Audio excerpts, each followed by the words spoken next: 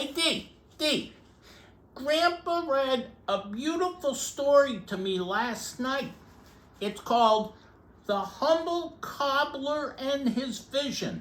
I know that story, Andy. It is beautiful. Well, so, Dee, I was wondering if we could read it together.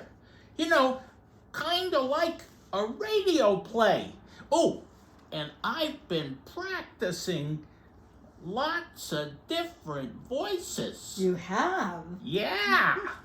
Well, I think it's a wonderful idea, Andy. I'd love to read the story with you. Okay, thanks, Dee. Hey, Dee, we can share the parts, okay? Oh, okay. All right. Friends, welcome to the Andy and Dee Radio Theater. Tonight, we will be presenting the story of the humble cobbler and his vision. There lived in the city of Marseille, France, centuries ago, an old shoemaker, loved and honored by all his neighbors. He was affectionately called Father Martin. One Christmas Eve, as Father Martin sat alone in his little shop, reading of the visit of the wise men to the infant Jesus and of the gifts they brought, he said to himself, If tomorrow were the first Christmas, and if Jesus were to be born in Marseille this night, I know what I would give him. He arose and took from a shelf 2 little shoes of softest snow-white leather with bright silver buckles. I would give him these, my finest work. Oh, how pleased his mother would be. But I'm a foolish old man. The master has no need of my poor gifts. Replacing the shoes, he retired to rest. Hardly had he closed his eyes, it seemed, when he heard a voice call his name. Martin? Intuitively, he felt aware of the identity of the speaker. Martin, you have longed to see me. Tomorrow I shall pass by your window. If you bid me enter, I shall be your guest and sit at your table. He did not sleep that night for joy. Before it was dawn, he rose and swept and tidied up his little shop. Fresh sand he spread upon the floor, and green boughs of fir he wreathed along the rafters. On the table, he placed a loaf of white bread, a jar of honey, a pitcher of milk, and over the fire he hung a pot of coffee.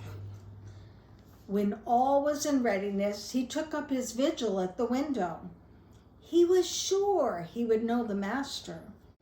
From childhood, had he not gazed in love and reverence at his image above the great altar in the cathedral?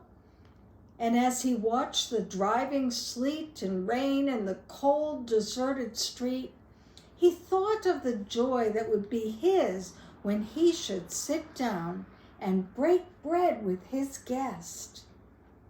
Presently he saw an old street sweeper pass by, blowing upon his thin, gnarled hands to warm them. Poor fellow, he must be half frozen. Opening the door, he called out to him. Come in, my friend, and warm them. No further urging was needed, and the man gratefully accepted the invitation. An hour passed, and Martin next saw a poor, miserably clothed woman carrying a baby. She paused wearily to rest in the shelter of Martin's doorway. Come in and warm while you rest. You are not well. I am going to the hospital. I hope they will take me in and my baby.